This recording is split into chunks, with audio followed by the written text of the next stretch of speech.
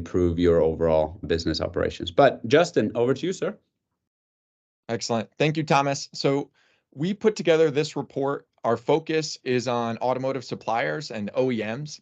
And the way we break down these reports, now that we've been doing them for a few years, is we're going to look first at some highlights from our leader survey. That's the foundation for how we approach the survey. We start by looking at some of the issues we've seen in our clients, having our analyst team and business development team put together a survey, and then our managing directors and other senior people of our team go out and conduct the survey with a bunch of our high-level senior contacts. Some of you have probably participated in that, so thank you. So we do a survey, we get some insights about the industry, and then we also do our own research. We have a bunch of sources of data we look at to uncover and put some weight behind some of the trends that we're observing across our engagements. So we're going to look at, first, Thomas is going to take demand, looking at how volumes might be impacted in North America and Europe, and how that mix is changing in between ICE and EV. Then Wade will take supply, where we're looking at the costs that going into the system, labor, materials, other changes in the industry that could affect cost. And then I'll talk about some of the evolving risks. So things that, will impact demand and supply, but are newer and don't quite fit as well into well-established KPIs we track. And then we'll wrap up. At the end of each section, we'd love a question or a comment from the audience. So we've got the chat function here, or you can unmute your mic then and chime in. And this whole webinar is going to be recorded. We'll publish the rest of it, or we'll publish the recording if you have to drop off at some point on our LinkedIn and our YouTube channel and circulate it to the group.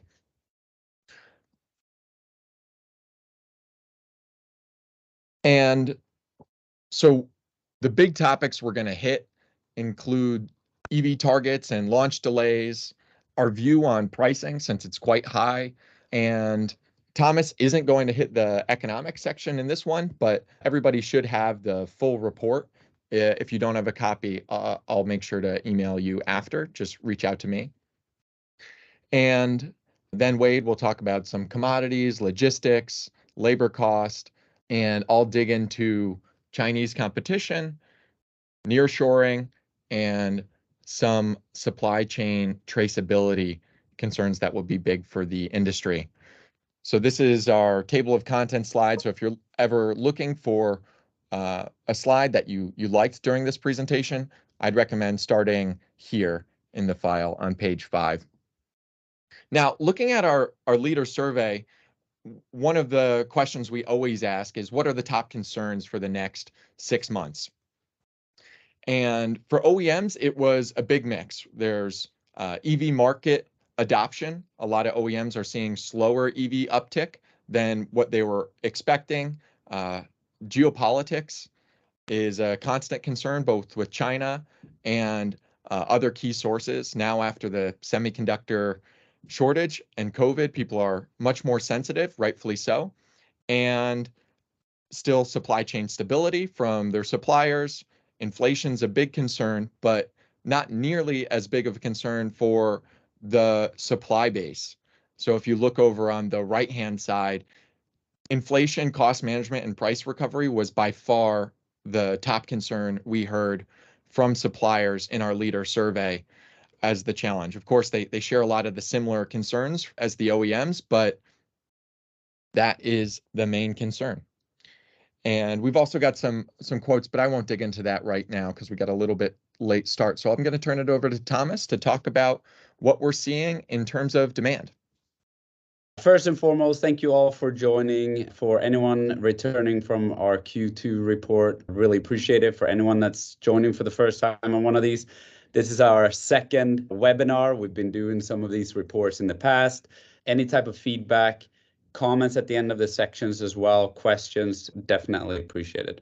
But overall, if we look at the summary of demand and what's impacting demand, looking into the future here a little bit, if we look at the EV volumes and are slightly down compared to what was originally planned, and the delay in some of those programs. So utilizing the buzzwords in the market today, being able to be agile from a manufacturing standpoint, having the ability to utilize your capital depending on one program, for example, taking off and building much higher versus one that's just isn't selling. The vehicle price is too high and the volumes are much lower than what was originally anticipated. So having that ability to be agile in that area, and if you have the leverage and ability also from a contract standpoint, knowing that the volumes will be very uncertain in the next couple of years. The good old days where one would know that we're going to sell 17 million vehicles a year, that stability in the market and how vehicles will sell has absolutely shifted with the EV introduction and also all the new competitors that are in the landscape. Also, prices are higher. That's going to impact the overall demand. What does that look like? How long will that continue? And then for the consumers, obviously, everybody's heard the words of soft landing and what does that look like, but it's still uncertain. So you have three different areas that's going to impact volumes and demand in general. EV adoption, two, consumers' health, and then last but not least, the pricing of the vehicles. Interesting, just from some newspaper articles, you look back 2-3 years ago, whether you're part of the large companies in North America or in Europe, everybody was all in on EV, we're going to push EV and so forth.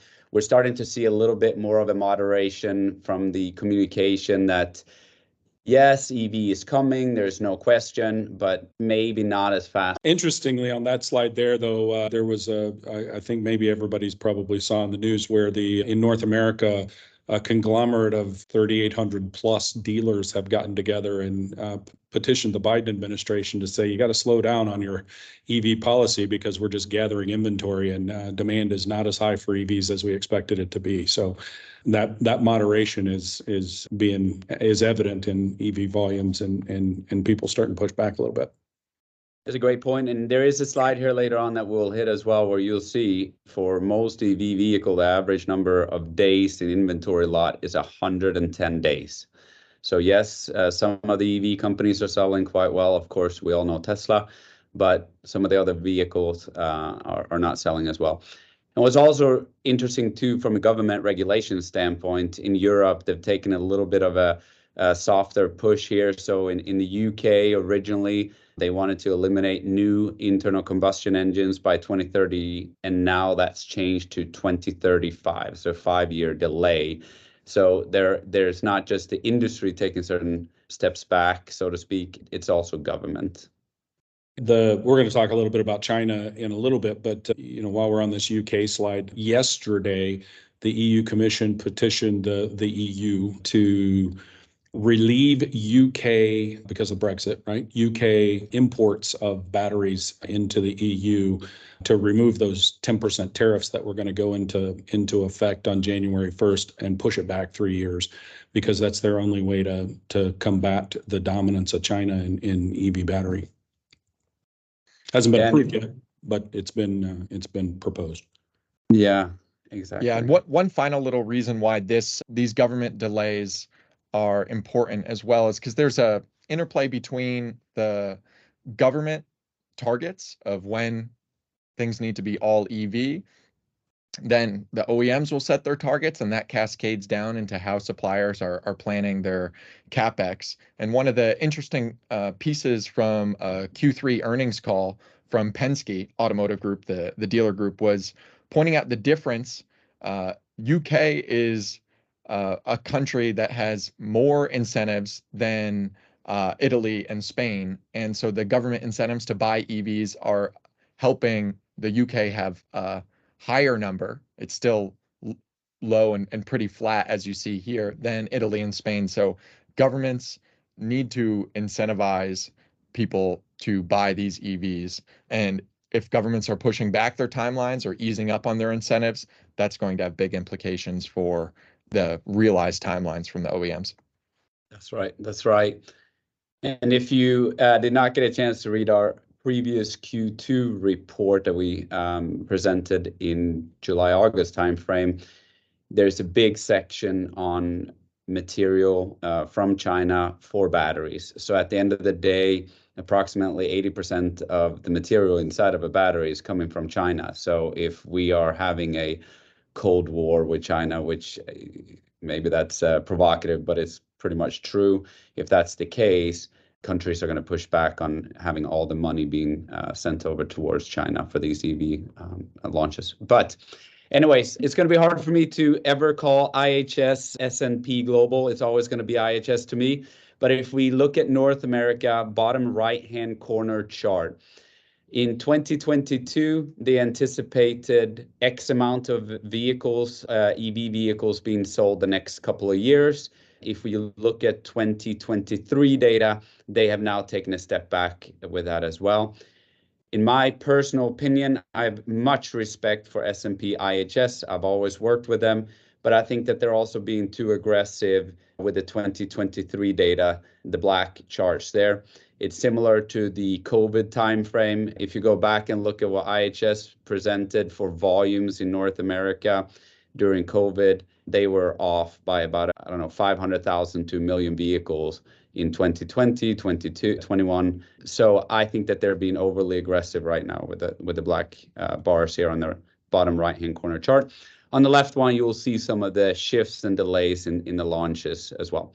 If we go to the next slide, we see a similar reduction and change in Europe as well. Bottom left-hand chart, they have now reduced significantly, almost 30% for 2026, the EV volumes that was originally planned and assumed. So this chart was originally created for the UAW and inventory and so forth at the end of the strike. So this slide might be a little bit dated, but what was interesting when we ran these numbers was if you looked and compared July 22 to October 23, in most areas, the OEMs were almost sitting on double the inventory, which of course during July 22, we still saw the effects of the chips, but at the same time, they were holding much higher volumes, especially the big three going into the UAW negotiations. So with that in mind, from our standpoint, I thought that once I saw the data, that we were going to start seeing actually a much slower ramp up. Because originally, during negotiations, we thought, okay, as soon as they're done, they're going to fire on all cylinders, run weekends and extremely hard, and try to get back up to what they lost. But then we saw the inventory numbers and said, oh, maybe not so much. The feedback that we've now received is, for the vehicles that they're sitting on a lot of inventory, they're just not going to have high releases. But obviously, flagship vehicles, there we see that they're running extremely hard and trying to catch up, because obviously that's where they're going to make their revenue and profits. And then you see the little bottom chart there that talks about the EV that you can look at later here, but that's the 110 days of the EV vehicles. From a consumer standpoint, we're sitting on extremely high prices still for vehicles. And the question is, how long are consumers going to be able to pay these high rates? And at the same time, also, what is the risk? So people that are leasing vehicles, financing them, are we creating a bubble where sooner or later consumers are going to default on some of those loans or leases because of these extremely high rates? Also, sometimes you have to be a little bit provocative, and Ambrose, our owner, had a very good point. Originally, I said, I'm not really sure if we want to make a slide about this, but really, do we want to call it the big three anymore? I think we should call it the big two. Stellantis has obviously made a very clear decision that they are a French company now, is the way I see it personally, especially with the recent layoffs or the packages coming out, and also the potential sale of CTC and so forth. So that's a little bit sad to hear. But on the other hand, just if you look at those three vehicles, entry-level vehicles, it's tricky to find some that are not priced at extremely high levels. This is a fascinating slide. Never seen, obviously, the average age of vehicles this high for North America. And if you look at the percentages there, almost 45%, somewhere around 12 plus years of being on the road. So one, it might be a good sign that the vehicles have better quality. Two, though, it's also a sign that a lot of people are holding on to their vehicles or buying used vehicles because they just can't afford new vehicles at these extremely high prices. Last but not least, where will the higher costs for labor for the Detroit 3 and, of course, all the automakers come from? One, they will try to push, of course, higher prices to consumers. But as you guys see, the consumers aren't willing to spend as much anymore on these vehicles, or maybe for much longer. Unfortunately, what do OEMs often do? It's going to be a lot of pressure onto the supply base, which is already a very, very strained situation right now, since inflation has caused huge cost increases for suppliers, but difficulty to get price increases from the suppliers to the OEMs. So this relationship between OEMs and suppliers, I don't see that. With the volumes being unpredictable, with inflation, with higher labor costs and so forth, I think this fight, and we will definitely see it in Mexico in the next year here, it's going to be very, very strained relationship between OEMs and suppliers. Hopefully they can find ways to get through that. So anyways, that's the demand section. Thank you for listening. Any questions, comments, anything that you felt that we may have missed or gotten wrong, or you have a comment on? Hey, Thomas, Josh Forker. I think you hit a lot of the really important bullet points in regards to EVs. Is Seraph seeing and hearing the same thing that some of us are hearing in the background, where more and more of the OEMs are going to go to universal platforms, in other words, have multiple powertrains for the same vehicles going forward? And do you have an opinion, or is there an opinion that this will be a stopgap into battery electric vehicles, or what kind of perspective do you folks have?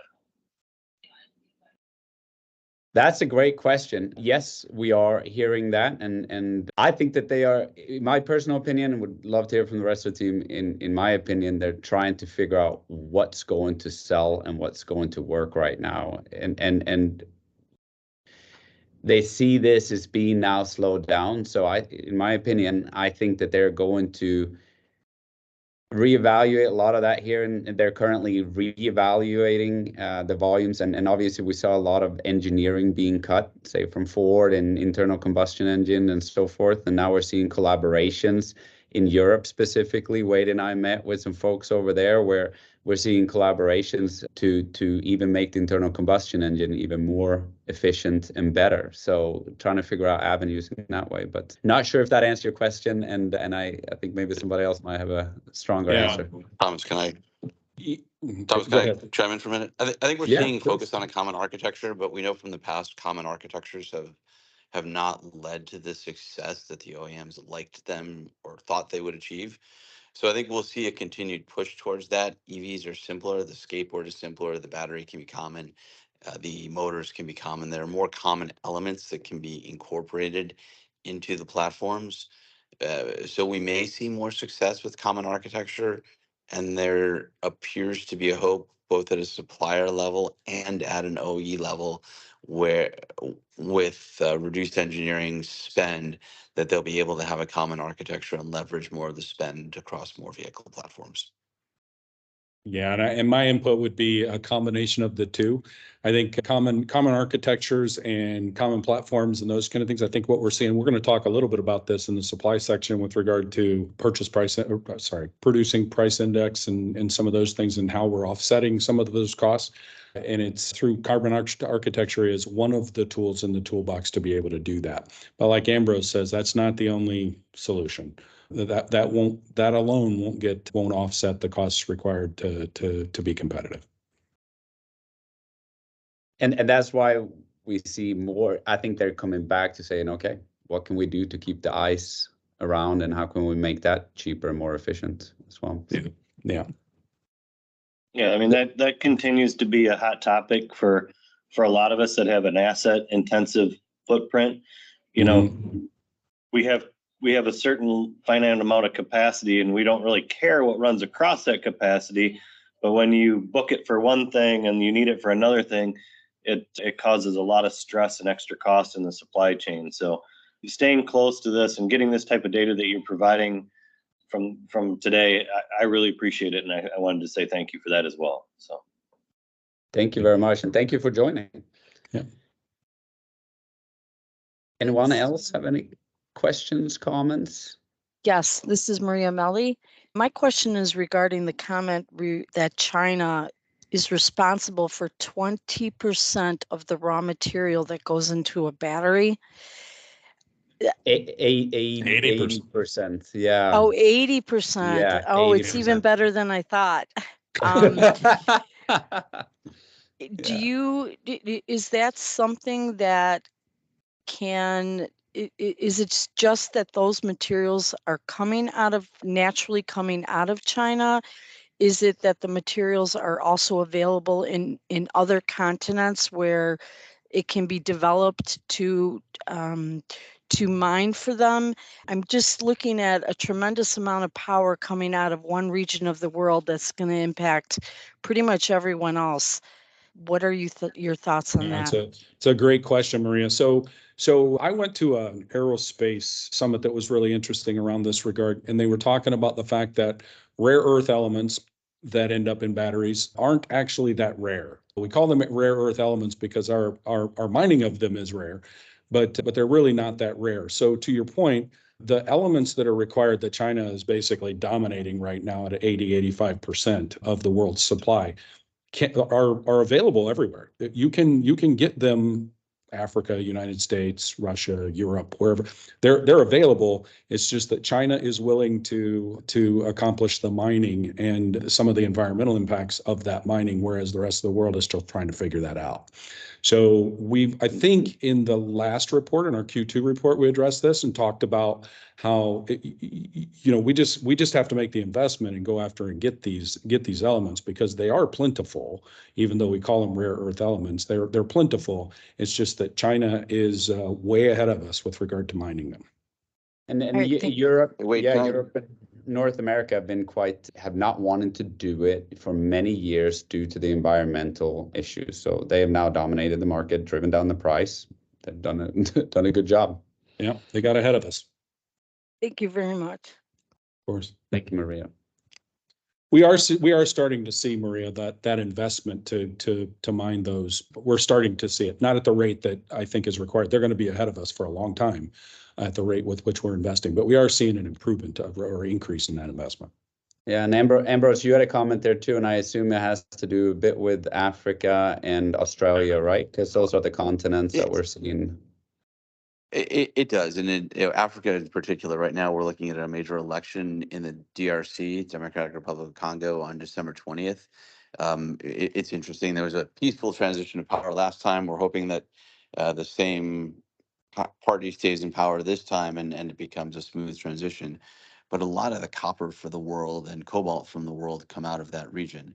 So if we saw any disruptions in that election on December 20th, we could see major shock waves go through the supply base. Any violence in the regions where copper or cobalt are extracted would be catastrophic. We're also seeing China not necessarily mining for these things. They mine elsewhere. They're destroying Africa for it. Their Belt and Road program really set them up to do that. They're exploiting. There's a book called Red Cobalt. If anyone hasn't read it, it's a great read. It talks about the slave labor and child labor that's used to pull it out. There are groups that are there that are taking cobalt out that are not using that, but a lot of it, the Chinese supply chain is prison labor that's sent over from China. They're destroying huge areas in Africa and really just taking things back to China to refine it. And the thing that China has done is they have invested in the operations that allow them to refine things like cobalt and several of the other rare earth minerals and gotten a big advantage on it. But it's a good question, something to look at. And the election on the 20th is a key thing to watch. Yeah, thank you very much. And on to you, Wade. Yeah, one more question, Thomas, if you would. With the volumes fluctuations that we see, especially in EV with things being delayed, what levers, what recommendations would we make to suppliers on how to manage that with the OEMs? Yeah, one is, and of course, it sounds really nice. You need to be agile. That's a lot easier said than done, and that's kind of to Josh's point in regards to being able to move different materials or designs across the capital invested. But in general, there are certain Supreme Court rulings that happened in the last 3 months where suppliers are legitimately losing money or are unprofitable. Some of the terms and conditions that are out there may not hold from the OEM. So there are some things there legally that I think that they can work out, and then hopefully the OEMs and the suppliers can decide on saying, okay, this is the investment that we do based upon this volume scenario. This is the investment that we make based upon this. And if we don't hit this, you will support us to help with the capital invested. That's easier said than done, but those are some of the actions. Thank you. Good. So let's talk a little bit about supply. So since our Q2 report, dare I say, a little bit more of the same when it comes to supply, but there are a couple of things that have changed, obviously, in North America with the UAW strike and labor costs inflation as a result of that labor strike. And we'll talk a little bit about that. And then with a lot of the nearshoring activity coming from China, specifically for the North American market, bringing that back to the US-Mexico border. And we'll talk a little bit about how Europe is not really decoupling, but de-risking with their supply chain with China in the evolving risks area. And Justin will cover that a little bit. But a lot of the same kind of things are happening. Mexico's still growing from resourcing. Energy prices are normalizing a little bit, especially in Europe. And we'll talk a little bit about that. We'll talk a lot about labor costs, trucking, freight, as well as the sea freight costs that we're seeing. So, all right. So the first thing that we talk about is you see the huge spike in the graph over there in 2021 and 22. That's really the result of the dependence on Russian natural gas in Europe. You see a little bit in the US line there, in the gold line, in that same period, because that's when the Ukraine war kicked off. We mentioned on this slide talking about the Hamas-Israel war, it had a minor contribution to the European gas prices, but we're starting to see that come back down a little bit, obviously, from its significant spike. We're back to where we were in 2012 and 13 kind of numbers for now. But overall, from a commodities perspective, including energy and metals, this graph is a little bit tough to interpret. You have to assume back in 2018 is 100% level. So you can see in 19 a little bit lower, 2020 a little bit lower, and then you see 21, 22, and 23 quite a bit of a spike in commodity costs globally. We're starting to get that normalized in 2023 here in October, but it's still 20% higher than it was back in 2018. So starting to normalize, but still higher than 5 years ago. From a container and trucking cost perspective, so on the left you see that we're normalizing the cost of containers. We're back down to where we should be, but as a result of that, obviously there was a lot of shipping, especially from China, both to Europe and the west coast of the United States. That's substantially subsided since the pandemic and some of the challenges we saw 2020 to 22, we'll call it. And the result of that is if you look at these major shipping companies, people like Maersk or CMA or HMM, substantial revenue reductions from that period. And then still with the theme of kind of decoupling the United States for reshoring from China, we're starting to see problems in Mexico as well. It's starting to become a little bit saturated from a labor perspective, and the U.S. southern border is dealing with some challenges, some migrant challenges that have put some challenges into shipping parts and goods across the border. Yeah, and just a quick comment on that. We met with a few trucking companies earlier this week, and from a positive standpoint for tier ones, tier twos, OEMs, there was during COVID a massive shortage of drivers for trucks. There's now plenty of capacity. So from that, it's at least a positive sign. We just got to get it through the Mexican border, and then we can truck it along. So that's a positive. So obviously we had the recent UAW strike for 2023, and we just kind of compare that a little bit to some of the other challenges that macro challenges we've seen in the industry, the financial crisis, COVID, obviously, and we have a little bit of a precedent with the GM strike in 2019. We believe, Seraph believes that, of course, the effects of that, other than the 11% wage increase or the 25% over the next 5 years, those are known, of course, but months to recover. So you can see over there on the right the amount of time it took to recover from those three incidents or those three situations. We expect, based on what we're seeing, that the 2023 strike, because it wasn't just with GM, is going to be about 5 times the impact of the 2019 strike.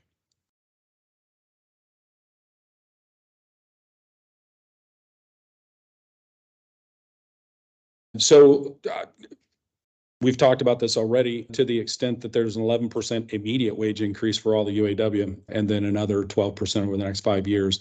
And so obviously that inflates labor costs. Now, what does that do to the other OEMs and suppliers? So some suppliers are UAW represented, and obviously those will kind of follow suit. But then some of the other OEMs are having some preemptive increases to combat the availability of labor to be able to compete with those UAW represented OEMs. And here, this slide talks primarily about Mexico, but similarly, when we look at the data for Europe anyway, Eastern Europe is kind of the low-cost solutions for labor with regard to Europe. And what we see in Mexico, you can see there's substantial increases in the labor costs as Mexico continues to develop, but still substantially less than what it would be if it were localized in the United States. And we see the same thing in Europe. Eastern Europe, we're seeing 20% increases in labor cost, and that kind of thing is not unheard of in Eastern European countries, but still a significant advantage for Western European countries for low-cost labor. And then overall, one indicator kind of in the market and its health is how you start to see mergers and acquisitions happening across the industry. And what we see in the automotive industry, you can see year by year, quarter by quarter, actually, what kind of M&A activity has been going on. And obviously in 2021 and 22, with the challenges with pandemics and chip shortages and those kinds of things, there was a little bit more substantial activity with regard to M&A. That slowed down quite a bit for 2023 for a couple of reasons. One, because those kind of black swan events started to subside, but then beyond that, interest rates. So just the ability to get a hold of money is more difficult to fuel the M&A activity. And this slide's really interesting. So if you look at the producer price, and we talked a little bit about this earlier when we were talking about demand, but with one of the questions, I think it may have been from Josh. But over the years, you see increases in the kind of a 3-year percentage change. But you see here in 2020 and now you see a substantial spike. Well, that's obviously the labor costs, the transportation costs, all those different costs that are causing those kinds of increases. So obviously companies have to look at, well, how are we going to offset those costs? Because we can't just continue at that kind of pace or increased pace. And you see things like what we talked about with Josh's question. You see in the middle of the page there on the left, engineering efficiency and modular design. So that's some of that, platform sharing and standardization, some of those kind of things. But that alone won't offset a 6.5% increase. Some other things that are interesting is streamlining production, obviously, and increasing OEE and efficiency, direct labor efficiency and utilization, those kind of things. GigaPress technology. Interestingly, so that first bullet there says it's used by Tesla, and Ford and Volvo are considering it. But with Tesla, so the numbers I heard was when Tesla implemented the GigaPress on the Model 3, if I'm not mistaken, on the rear end tub, they eliminated 70 parts for one out of the GigaPress and eliminated 300 robots out of their process. So it's those kinds of things that are going to be substantial game changers. And then, of course, every single, whether it's aerospace and defense, it's private equity, it's medical device, whatever kind of trade shows or conferences and those kind of things we attend, they all talk about AI. AI is the next major opportunity to have a game-changing event.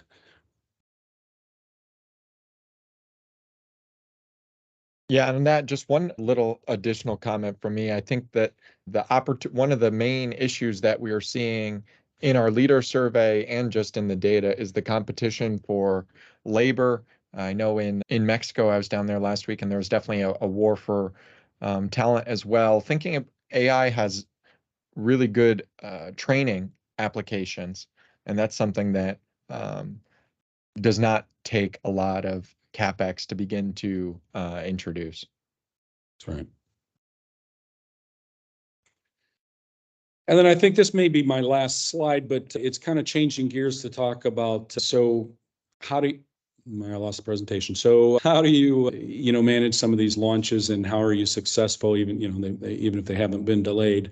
But our supplier executives are telling us that it all really hinges around good project management and good program management.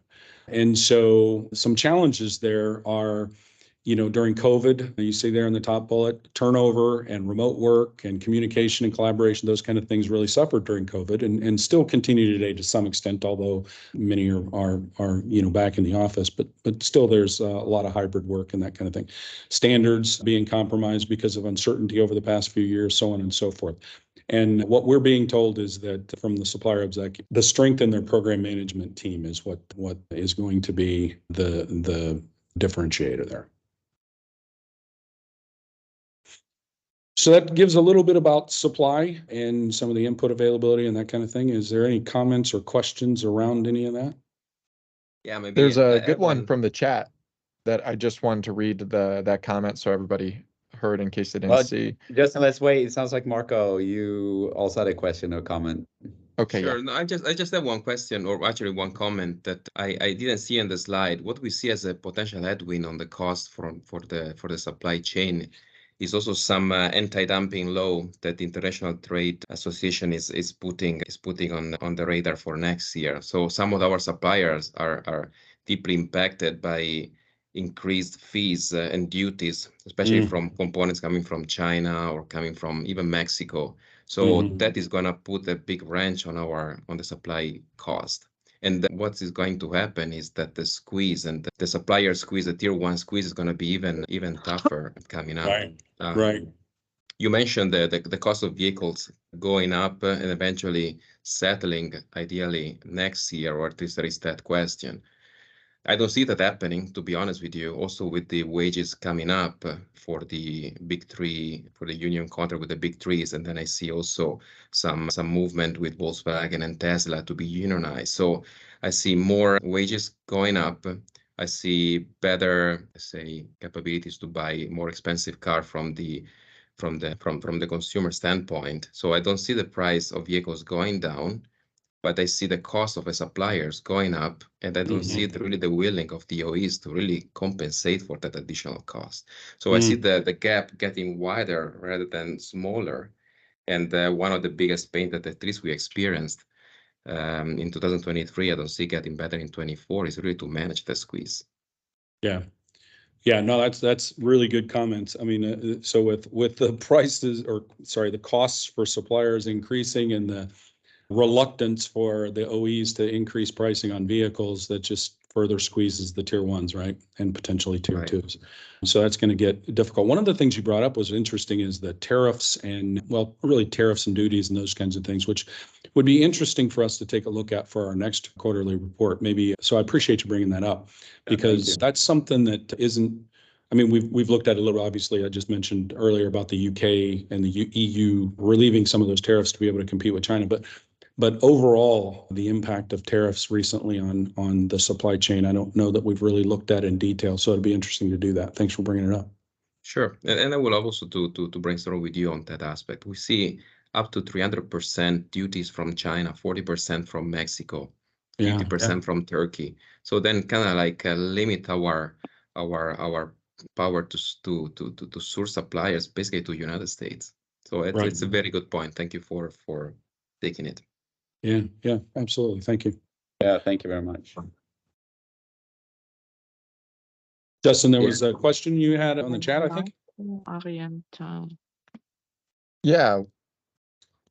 One of the comments here was that GigaPress is hurting my business as we're a global stamper for body in white and chassis.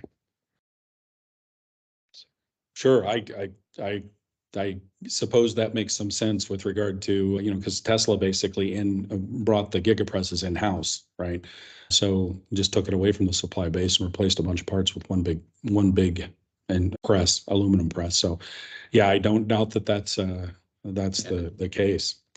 And in addition to that, now obviously a lot of the other OEMs are following suit. I think we just saw an announcement last week or the week before with General Motors actually buying the supplier that's supplying Tesla with these gigapresses. So I don't see that going down. I see that increasing. There might be some change in some of the material that they're using, but besides that, unfortunately for you as a supplier, I think there's going to be more pressure. Agreed. Yeah, I think is this something that we can dive in on our next quarterly report as well. There was the transition from overtime, or at one point the OEMs did a lot in-house and then slowly continued to push, even sometimes creating suppliers, pushing more things out to the supply base. But now with GigaPress, even a lot of the software elements of the vehicle, they're increasing control and bringing more closer in. So I think that's a great topic for our next report, looking at the shift of what's in-house versus what is going to be supplier opportunities for the future. Yeah, and I think if we look at the OEMs right now, is whether it's a strategic advantage or somewhere where they need to improve. So say, for example, Tesla had horrible issues with their seat structures for the Model X, decided to take everything in-house. Now they're releasing it back out 7 years later or 5 years later. So once they learn the problem and so forth, but anything related to obviously strategic advantage, they're going to try to have that in-house. Mm-hmm. One more question here that I think I can probably take, but where do you think hydrogen will go in the next 5 years? I think one of the main points we hit on in our Q2 report, which we titled EV Not So Fast, was not that the technology isn't great, but the infrastructure is really important for people to buy. So I know there's hydrogen infrastructure in California in a few places if you want to be able to drive a car, but in most of the other parts of the country, and I know Europe probably has some pockets too where it makes sense, but it's like what EV was a decade plus ago. So there needs to be that system in place before there's any real adoption, because unlike EV, where you can build in a charger at your house, hydrogen requires a little bit more infrastructure than that. So interesting technology, but not going to be a major player. Range anxiety is still a significant contractor from the EV market, and you can charge it at your house. It's the charging networks that are going to be difficult. Hydrogen, that's going to be even more difficult. But having said that, I think we talked about in our last report the fact that all in for EV, and we're suggesting this time that maybe folks are backing off of that a little bit. Early on in the EV push, a lot of folks were saying it's not really a or question, it's an and question, because what are the solutions for sustainable energy vehicles, or hydrogen, fuel cells, EV, so on and so forth. It's probably an and solution where a lot of different solutions are going to be used ultimately. Yeah, and commercial applications may be different than consumer or heavy duty, where you can really have established routes and build that out that way. But mass adoption, different story. Okay, I think. All right, so yeah, I'll turn it over to Justin to talk a little bit about some of the geopolitics and evolving risks.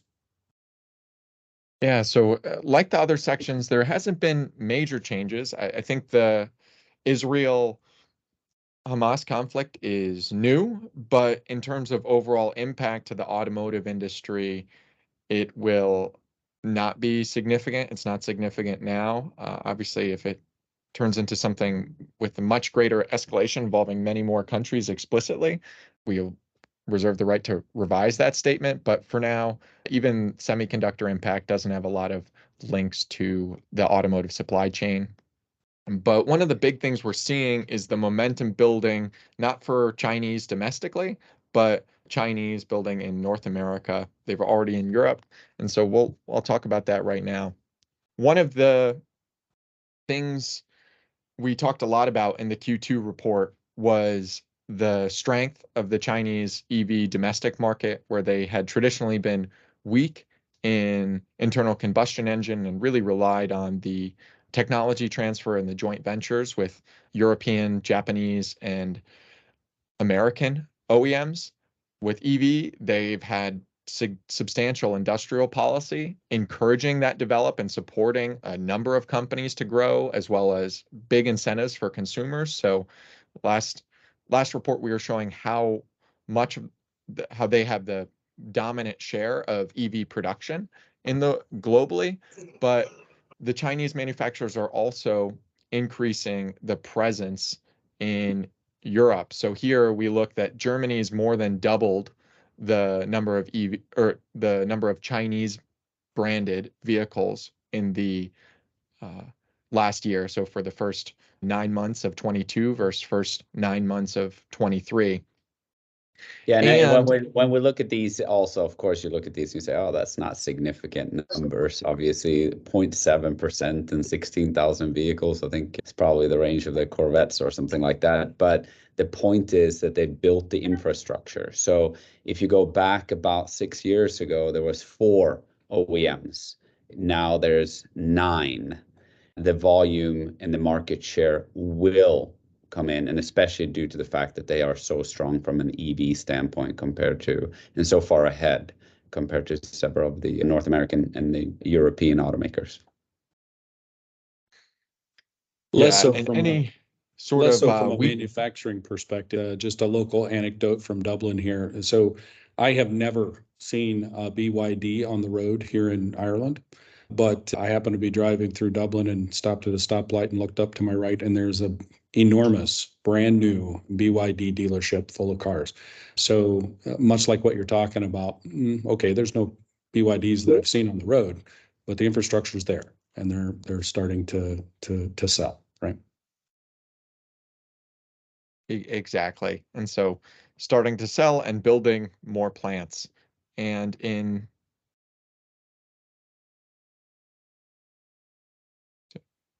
okay. And in North America, we're seeing something similar. If we just look back at historically, in the 70s, there was the big 3 in North America, and then there was the addition of the Japanese, German, and South Korean OEMs over time, and then Tesla came out and some other EV companies. And now there are a few Chinese OEMs that already have manufacturing capability, and more that are definitely on the way. We're expecting one to break ground in 2024 on manufacturing. So we've seen over time low-cost vehicles continue to be taken by new players. I think most recently with the South Korean Kia and Hyundai, and with EV, it was new technology, and now there's kind of with China, it's a combination of both new technology and low cost. Yeah, and in addition to that, the supply base when it comes to Chinese suppliers have really come into Mexico. So they already have a pretty strong infrastructure in Mexico. And the trade agreements between Mexico and China are very strong. So yes, maybe the United States is putting up some tariffs and so forth, but the material will come in, the trade or the products will come into Mexico, and then Mexico into the United States potentially. Exactly.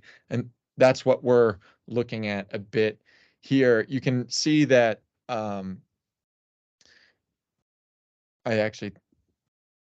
the China continues to export. Actually, when I said it, we'll see that right here. We'll see it a little later on the slide. This slide's mostly talking about how, if we look on the right-hand side, the as Marco had mentioned, there are more and more trade interventions. So these are things like tariffs. These could be restrictions, additional taxes, things incentivized to have U.S. companies not be buying from China. And they are working a little bit. It hasn't stopped the growth of Chinese imports into the U.S. You can see over the last decade, it's grown 2.5% from China, compounded annual growth rate. But then in the U.S. imports from Mexico have grown more than double that at 5.5%. So the trade policies are working. Companies are making the decision to buy more from Mexico. There's also not just trade policies, but also cost implications that are supporting that as well, as Mexico has much lower logistics costs, more resilience, things like that. Mexico does have some challenges with both political stability, infrastructure, and from our survey, the biggest issue we heard was human capital, described as a war for talent. That was something that almost all our survey respondents that had operations in Mexico said that was their top challenge. But they do have a lot of people, but a lot of companies are trying to build and executing the same strategy simultaneously, which leads to more competition. And this was the slide that Thomas was talking a little bit about, how we are seeing somewhat of a path be built where China, it continues to both invest and export more to Mexico as Mexico continues to be a bigger partner for the U.S. So Mexico really is a conduit for Chinese companies to access the U.S. There have been some significant growth in industrial parks. I was just at the Mexico Business Summit last week, and many more Chinese suppliers are opening operations. Some of that they're building parts in Mexico. It's not just a repackaging operation. They are building, but they also will benefit from the ability to receive parts from their sister companies in China. And as we already mentioned, the OEMs are increasing as well. And one of the interesting things that surprised me when we actually looked at the data, because everybody's been talking, European policymakers, et cetera, talking about de-risking, in actuality, that hasn't materialized in the last 2 years. You can see the amount of imports from China over 2019 through 2022 had a nearly 20% annual increase. So despite what is being said, in practice, that's not happening yet. And there are definitely some options for Europe. There are trade-offs with each one, looking at where to build. I think from our leader survey, which we'll see in a slide or two, that Western Europe is not an area where at least the leaders we've surveyed are looking to invest, but exploring Central Europe, Southeast Europe, and North Africa, they all have trade-offs in terms, as you can see, North Africa has higher taxes, but much lower labor costs and worse infrastructure. So those are some of the trade-offs we're helping people think through. And one of the main trends we were looking at in the Q2 report was demographics shifting. There are many parts of the world that haven't been growing fast. Some are actually starting to shrink, like Europe, in terms of population. So this matters both for where consumers are going to be 50 years from now, but also where labor is going to be in now and the next decade. So there are pockets of the world. If you look at Africa really has the youngest population, so there will be a big growth opportunity there, both for supply locations, but has some of the challenges we mentioned on the previous slide. When we did survey executives in our leader survey, the biggest areas of growth they expect are Asia, excluding China, and Mexico, followed by Middle East and North Africa, and still China, because it's a big market and really strong manufacturing there. And as you see at the bottom, Western Europe, they're expecting to shrink the most. And we'll wrap up with a few concerns. We talked about anti-dumping in a previous comment, but there are increased regulations looking to target some. This one we're looking here is the Uyghur Forced Labor Prevention Act, which went in 2022, which it is related to concerns over forced labor in one of the Chinese provinces. That's here we're talking about aluminum. This province has a big share, and the U.S. government has put in rules to prevent companies from buying this. We did look at the data of what type of how many enforcement actions they've taken. It's been low, and it's hard to tell at this point if the enforcement actions are low just because it's hard to detect, or if because there actually haven't been violations. So as the government continues to operationalize this law, that's something companies will need to be more concerned about so they don't get blindsided and realize one of our suppliers was in violation and something gets held up by border and customs.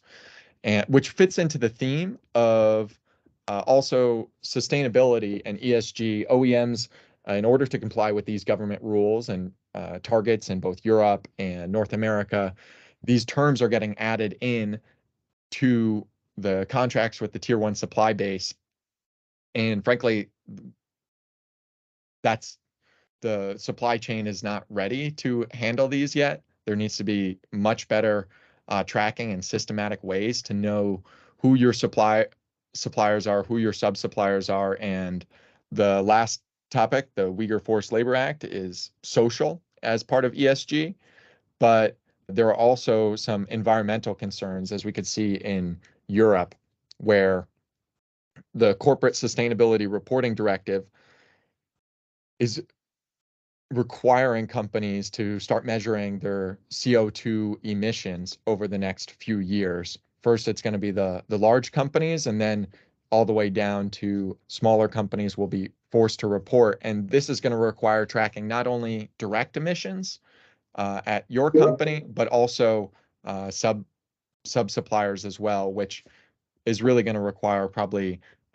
standardized software or better methods, because right now, at least from what we've seen when it comes to managing even something like production, Excel is still the primary tool to communicate between suppliers and OEMs, and there's no standard way to collect this info yet. So there are definitely some well-funded startups that are going after this and companies that are able to help implement that and track, but still a long way off.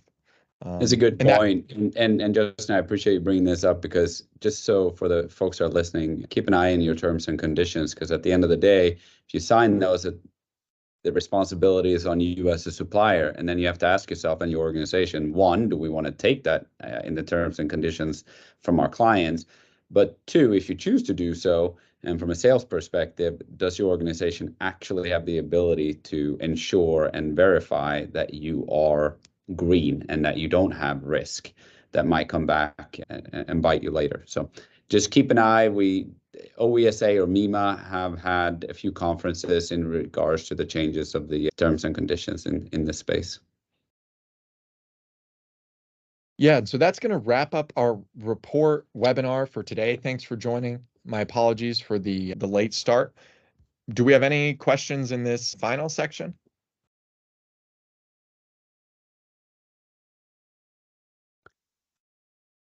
There's some comments in the chat. While we are looking at the comments here, I just want to say at the end here, thank you to all the people that have joined, all the folks that have helped with the survey.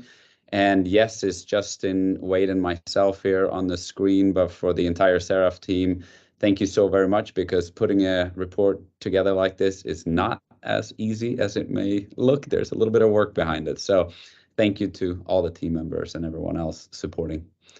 Yeah, all right, I echo that. Yeah, we really appreciate everyone. I just want to read this comment from the chat here. One of the panic points at the moment is proving steel is not coming from Russia.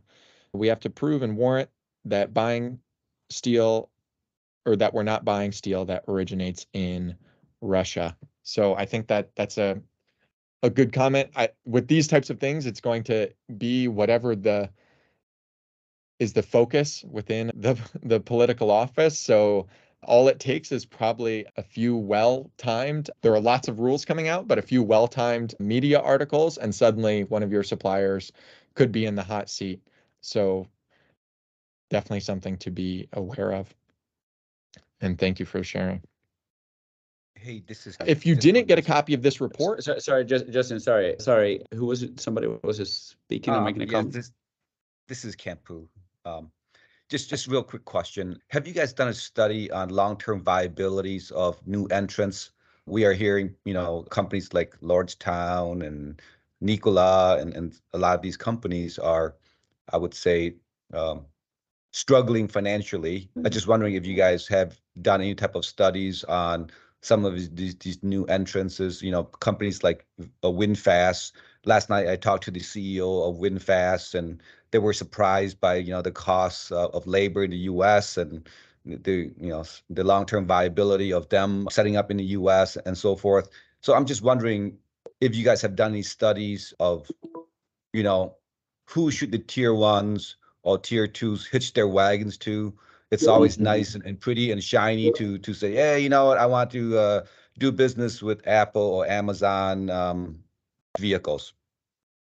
Yeah, great question and great comment.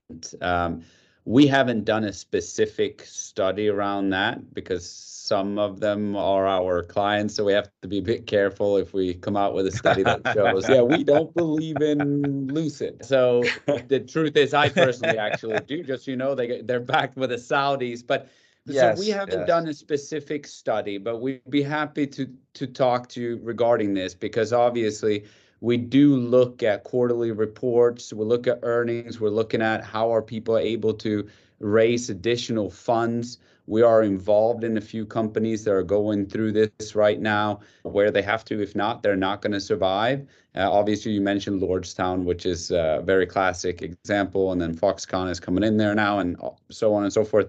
I have my personal views that's backed up by a lot of the work, the data that Justin and his team has done, and would be happy to have a separate call on that. Yeah, and I can chime in with a few quick answers. I think when we had the slide, I think we had left Lordstown off this EV slide currently because of the position. When looking at these companies, there is going to be a difference about where the sources of capital can come from. Thomas mentioned the Saudis and Lucid. One of the things in 2020 and 2021, it was one of the best years for venture capital. I think if you looked at where Rivian went public at, it was, I think, $80 billion valuation. So investors had a massive appetite. Interest rates were very low at 0, essentially. And sovereign wealth funds, groups like the California Pension Fund, et cetera, they had poured lots of money into VC because of the successes. And so lots of new entrants were getting funded. And now we're in a period where VC had a very, we talked about private equity deals and mergers and acquisitions, but VC had a much steeper decline, both in terms of deals and total dollars from 2021 to 2022.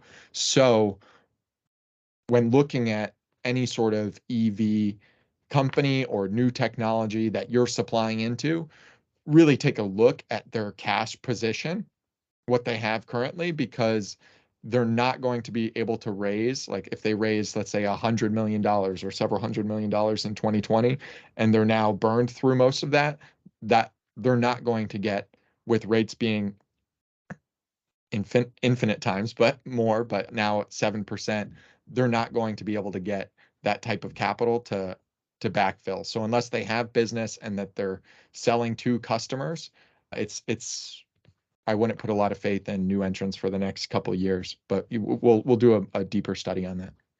Yeah, just I don't want to belabor the subject, but I think we all been in the market for many of years, and we know that in the U.S., the North American market, right, annually we're looking at about 16, maybe 16 and a half, maybe as high as 17 million vehicles a year, and we have been supplied by OEMs such as Ford, Chrysler, GM, and Honda, Toyota, and so forth.